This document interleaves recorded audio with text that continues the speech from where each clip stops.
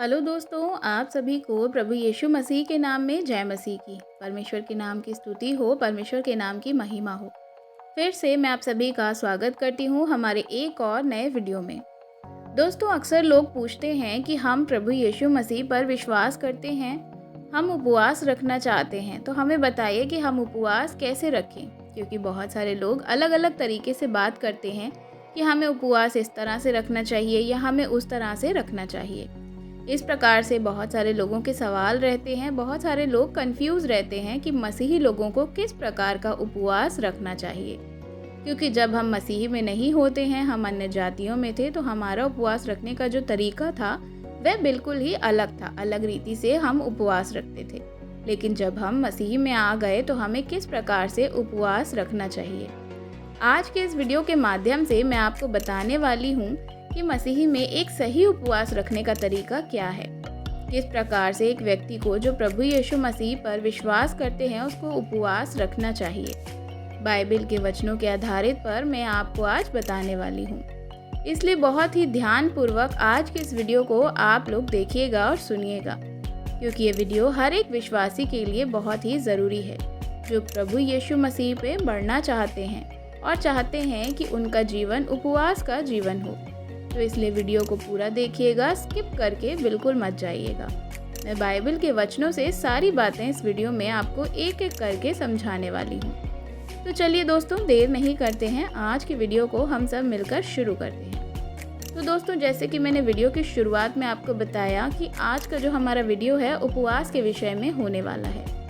बहुत सारे मसीही भाई बहन लोग ऐसे हैं जो प्रभु यीशु मसीह में आते हैं और उपवास रखना चाहते हैं, और बाइबल भी हमें बताती है कि एक विश्वासी के लिए उपवास का जीवन होना बहुत ज़रूरी है। आपको उपवास रखना चाहिए बाइबल के अनुसार। यीशु मसीह ने स्वयं भी उपवास रखा, यीशु मसीह के चेलों ने भी उपवास रखा और यीशु ने खुद भी उपवास रखने के विषय में कहा। लेकिन अब बात यहाँ ये आती है कि उपवास सही तरीके से कैसे रखा जाए, क्योंकि बहुत सारे लोग अलग अलग तरीके से आपको उपवास रखने के विषय में बोलेंगे। बहुत सारे लोग ये सोचते हैं कि उपवास का मतलब है सुबह से लेकर शाम तक खाना मत खाओ, यह उपवास हो जाता है। बहुत सारे लोग ये कहते हैं कि सुबह से लेकर शाम तक, रात तक भी खाना मत खाओ, 24 घंटे भूखे रहो और सुबह प्रार्थना करो और जब उपवास खोलो तो प्रार्थना करो। या उपवास होता है तो कुछ लोग कहते हैं कि नहीं जी, 3 दिन का उपवास रखोगे तभी बाइबल के अनुसार सही उपवास होता है। ऐसे बहुत सारे लोग आते हैं जो कहते हैं 40 दिन का अगर नहीं रखोगे तो उपवास सही नहीं होगा, 40 दिन का उपवास रखना चाहिए। बहुत सारे लोग ऐसा भी कहते हैं जो साल में एक बार 40 दिन का उपवास रखते हैं, रोज़ा कहते हैं जिनको। इस प्रकार से चर्च के अंदर भी ऐसा होता है जो 40 दिन का उपवास रखना ज़रूरी है। तो सही मायने में इन सब से बाइबल के अनुसार उपवास क्या है? क्या हमें एक दिन में उपवास रखना चाहिए, 12 घंटे रखना चाहिए या 24 घंटे रखना चाहिए, या बाकी सारे जो नियम और उनको फॉलो करते हैं, देखिए क्या सही है क्या गलत है, मैं आज आपको इस वीडियो में बताऊंगी। मेरे प्रियो, आज मैं यहाँ पर आपको 1 दिन या 2 दिन या 4 दिन या 40 दिन के बारे में बात नहीं करने वाली। मैं आपको बताने वाली हूँ कि आप जैसे भी उपवास रखते हैं उस उपवास का मतलब क्या है, वो आपको समझाने वाली हूँ। अगर आप बाइबल के अनुसार उपवास का मतलब ही नहीं समझोगे तो चाहे आप कितने भी दिन उपवास रख लीजिए, उसका कोई भी मतलब नहीं। सबसे पहली चीज़ तो मैं आपको ये बताना चाहूँगी कि वचन के अनुसार प्रभु यीशु मसीह ने कहा कि तुम्हें उपवास रखना चाहिए ताकि तुम्हारा आत्मिक जीवन की उन्नति हो। और कई बार उपवास इसलिए रखना चाहिए कि अगर कोई हमारा विषय है, जिस विषय के लिए हम प्रार्थना कर रहे हैं और बहुत बड़ा विषय है या ऐसा कोई टॉपिक है जिसको लेकर हमें लगता है कि प्रार्थना करना चाहिए। जब तुम दुष्ट आत्माओं को निकालो, उनके चेलों ने वह नहीं निकाल पाए, तब यीशु मसीह ने कहा था कि बिना प्रार्थना उपवास के कुछ दुष्ट आत्माएं नहीं निकलती। तो ऐसा भी समय है कि हमें क्या करना है, ऐसे कामों के लिए भी उपवास की हमें ज़रूरत पड़ती है, तो वहाँ हमें उपवास रखना चाहिए।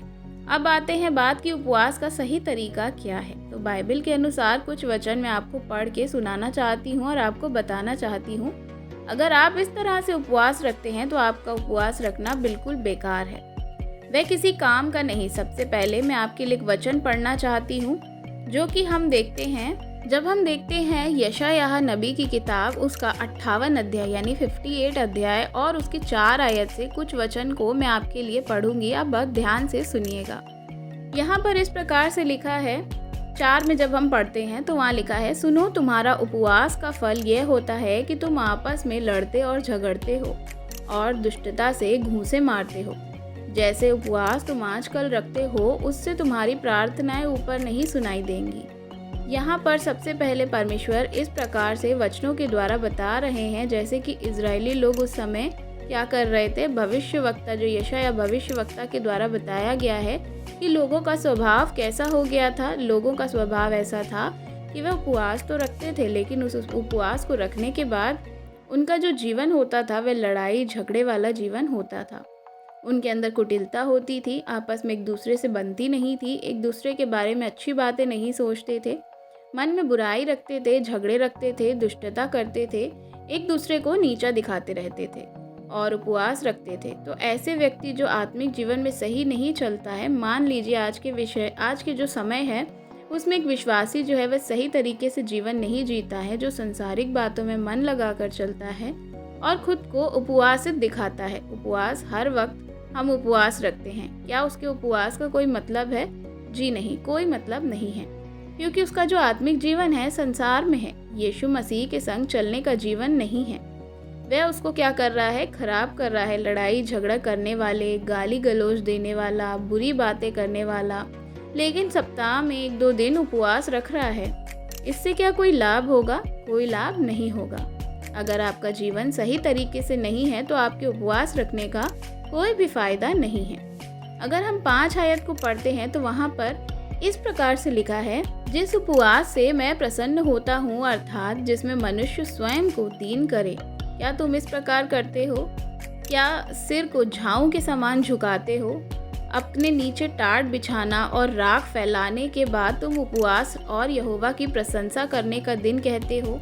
ये प्रभु एक सवाल कर रहा है कि जिस उपवास से मैं प्रसन्न होता हूँ उसमें क्या करना है? खुद को आपको दीन करना है, खुद को दीन करना है। लेकिन तुम अपने आप को सोचते हो कि मैं कोई रीति रिवाज को क्यों करूँ, या जैसे कि आपने अपने सर में झाऊ के समान झुका देता हूँ, अपने नीचे टाट राख छिड़क लेता हूँ, टाट ओढ़ लेता हूँ, इससे उपवास ही बन जाऊँगा। यानी कि उस समय की बातों को देखकर आज हम देखें तो आज परमेश्वर क्या कह रहे हैं कि प्रभु तो ये चाहते हैं कि जो व्यक्ति उपवास में आए वह दीन भरकर, अपने आप को दीनता में रहकर, लेकिन तुम सोचते हो कि नहीं, हम कलीसिया में जाएंगे, शुक्रवार के दिन एक नियुक्त कर लिया, उस दिन हम उपवास रखेंगे, शुक्रवार से शुक्रवार को कलीसिया में उपवास रहेंगे और खुद को उपवास समझते हुए आएंगे। लेकिन अगर खुद के अंदर दीनता नहीं है तो तुम्हारे उपवास का कोई मतलब नहीं बनता।